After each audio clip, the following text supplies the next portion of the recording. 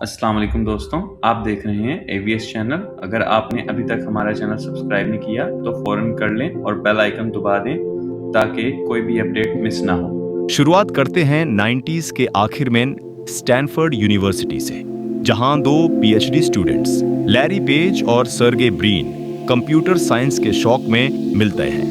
उनका मकसद एक ऐसा वेब सर्च इंजन बनाना था जो सिर्फ कीवर्ड्स पर मुनहसिर ना हो, बल्कि वेब पेजेस के दरमियान कनेक्शंस और रेफरेंसेस को समझकर बेहतरीन नताइज फराहम करे। उन्होंने शुरुआत में इसका नाम रखा बैकरब, क्योंकि ये वेबसाइट्स के दरमियान लिंक्स को एनालाइज करता था। इस सफर के दौरान इन्होंने स्टैनफोर्ड के स्टूडेंट हाउसिंग में और बाद में एक गैराज में सेटअप बनाया, क्योंकि इनके पास रकम की कमी थी।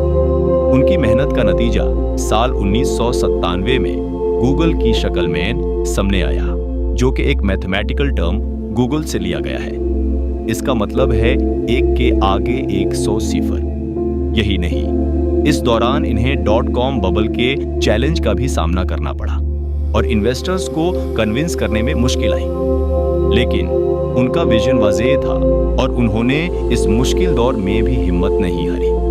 गूगल का पहला official office Menlo park, California में एक गराज में था, जो सुजान वोइचिकी की प्रॉपर्टी थी।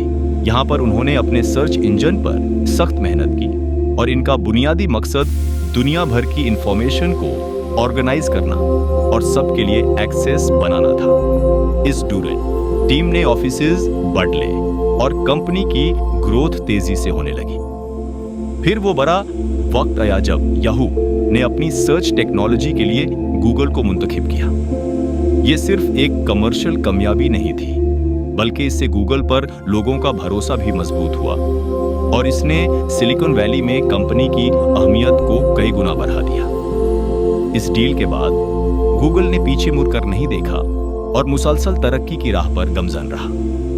गूगल की कामयाबी के पीछे इनका बेहतरीन एल्गोरिदम था, जो वेब पेजेस की क्वालिटी का अंदाजा सिर्फ लफ्जों से नहीं, बल्कि इस पेज पर मौजूद लिंक्स और दूसरी वेबसाइट्स के रेफरेंस्ड कनेक्शंस की बुनियाद पर लगाता था। इस जदीद टेक्नोलॉजी के साथ ही इन्होंने एडवर्ड्स और एडसेंस जैसे इनकिलाबी एडवर्टाइजिंग मॉडल्स मुतारफ करवाए, जिनके जरिए छोटी बड़ी वेबसाइट्स और ब्लॉग्स अपनी वेबसाइट्स पर एडवर्टाइजमेंट्स दिखाकर कमाई कर सकते थे।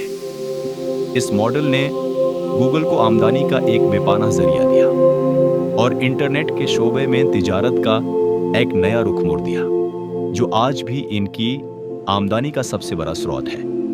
वक्त के साथ गूगल एक टेक्नोलॉजी जायंट बन चुका है, जिसकी मार्केट वैल्यू और मालियाती रिपोर्ट दुनिया के सबसे बड़े इदारों में शुमार होती है। इसकी कामयाबी का राज सिर्फ सर्च इंजन नहीं, बल्कि एंड्रॉयड और गूगल क्लाउड जैसी कई दीगर सर्विसेज भी हैं। गूगल का पेरेंट इदारा अल्फाबेट हर साल 100 अरब डॉलर से ज्यादा का टर्नओवर देता है और इसके पीछे उन लोगों की मेहनत है जिन्होंने इसे एक छोटे से गरज से एक आलमी ताकत बनाया।